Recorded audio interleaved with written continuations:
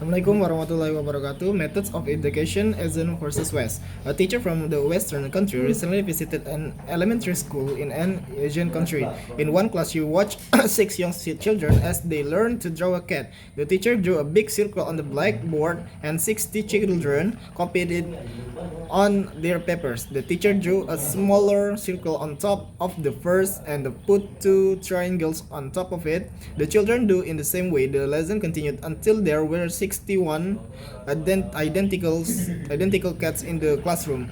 Each student's cat looked exactly like the one on the board. The visiting teacher watched the lesson and was surprised. The teaching methods were very much different from the way of teaching in her own country. A children's art lesson in her own way in her own country produced a room full of unique pictures, each one completely different from the others. What caused this difference in educational methods? In a classroom in any country, the instructor teaches more than art or history or language.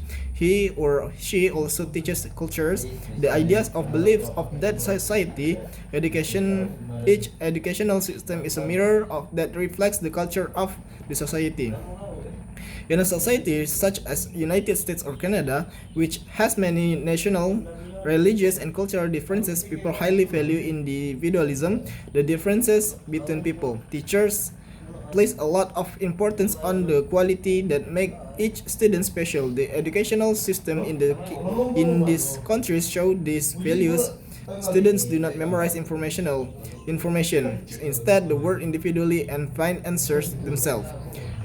There is often discussion in the classroom. At an early age, students learn to form their own ideas and opinions. In most Asian societies, by contrast, the people have the same language, history, and culture. Perhaps for this reason, the educational system in much of the Orient reflects society's belief in group goals and purpose rather than individualism.